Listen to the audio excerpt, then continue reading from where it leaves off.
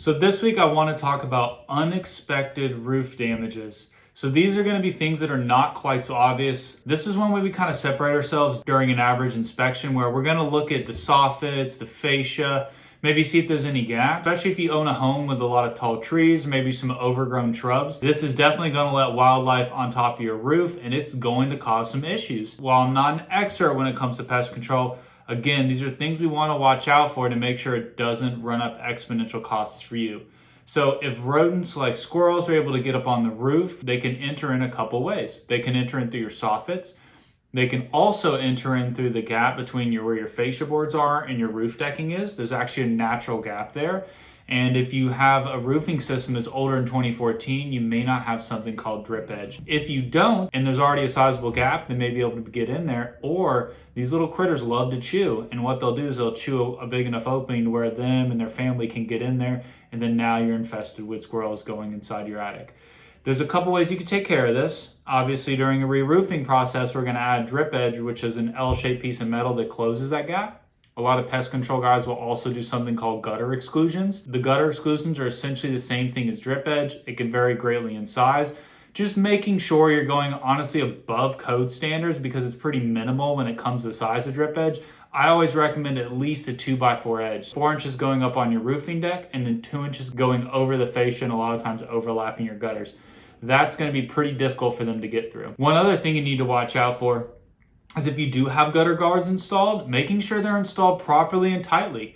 I actually recently ran into an issue where there was a small gap, probably about a 1/4 inch from where the two gutter guard ends didn't butt all the way up. Squirrel took advantage of this, literally chewed through metal to be able to get into the gutter. He wasn't able to get into the attic, but he was running back and forth in the gutter, and the homeowner could hear it, probably storing his nuts if you ask me. One other common pest you may want to be aware of that sounds very obvious is birds. So woodpeckers especially, they love stucco surfaces. And being a homeowner that owns a stucco home, it's something I have to constantly watch out for. Make sure there aren't burrowing holes in it. This can lead to leaks, especially if your chimney is made out of stucco, or if it's corner boards and trim. A lot of the times, even smaller birds will start to peck away at these, and that can lead to issues down the road, especially if it goes unnoticed.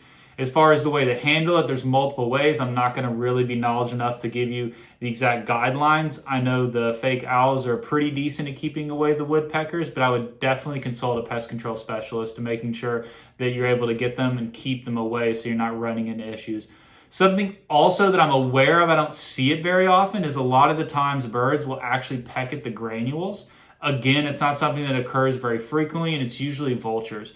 What they're actually doing, believe it or not, is when they swallow those granules, it's gritty because they don't have teeth. It helps their digestive system break up the food. But again, that is harming your home, and it's something that if you do start to see it happen, you may want to get it taken care of. Satellite dishes, most homeowners I run to that have them, we are definitely removing them and getting rid of them. There's a few instances where you need to make sure that this is being properly installed. A good way to check is, if you can, after it's installed, look inside your attic, find the area where it's at, shine a light over there, and make sure that they at least hit a rafter. So a rafter is going to be the framing in your attic. Usually a 2x6 or a 2x8. It's going to come to the peaks. When they install a satellite dish, they need to make sure they're hitting that rafter. Why? Because it's a pretty thick bolt. So it's usually going to be about a 3-inch 5/16 lag bolt that they're driving through the roof decking. And if they don't hit a rafter, I've seen wind literally pull the entire satellite dish off of a home, or it creates a big enough hole to where it's not properly sealed. And then once that wood rots out, it starts to just sink. And I'll be honest, most of the ones I see that aren't properly sealed from the outside, meaning the lag bolts on top, if they don't put some kind of sealant to making sure it doesn't eventually leak through, that most of the ones I see on a roof are already starting to sink. And the thing is, when they're not installed higher up on the roof, a lot of them are typically installed near the eave where your gutters is. A lot of those sinkholes aren't really shown until that soffit underneath is just completely rotted through. So if you do have an inspection, or if you're buying a home and have a home inspection, make sure they're taking really good photos of that satellite dish that may need to be removed or that is existing, to make sure that it's not already a problem.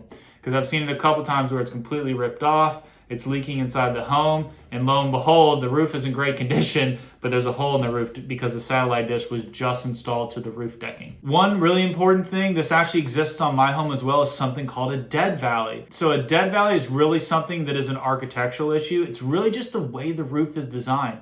A dead valley can happen in a couple different occurrences. A lot of the times it's when two slopes come inward and then it has almost a zero pitch roof and then it comes down together. But because it's such a low pitch, a lot of debris stuff gets caught in there. The example I'll put up is of my home, and one of the slopes is inset from one of the exterior walls. So what happens is all that leaf and debris that comes down on that metal pan, it just gets stuck there. It's not something that is really a roofing issue. Unless you're willing to reframe your home, it's not something you can solve. What you have to do is just have proper maintenance. So if you have your gutters cleaned, if it's accessible, use something with soft bristles and just make sure you're cleaning it 1 to 2 times a year, depending on the amount of foliage you have around your home. One thing I will mention when it comes to gutter cleanings is be wary of foot traffic. So foot traffic, just like it sounds, is going to be when your roof has just been walked on too much.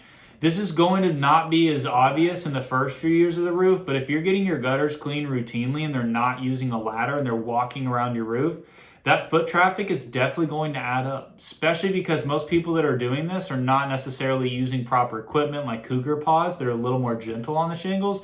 They're just using your tennis shoes. Sometimes they're using boots. And what happens is over time, it's going to brush those granules off and expose fiberglass matting. And that's greatly going to shorten the lifespan of your roof. You're typically going to find this in the easiest to climb places. So in your valleys, around your ridges. This is something to definitely keep an eye on, especially as time goes on, to make sure if they're doing a gutter cleaning, if at all possible, to make sure they're honestly doing it from a ladder, pulling it out or blowing it out with a blower, just to make sure while they're fixing one problem, they're not creating another one. So just a little bit of awareness as far as other issues that can occur that you may need to watch out for to make sure you get that full lifespan out of your roofing system. Thanks for watching, guys.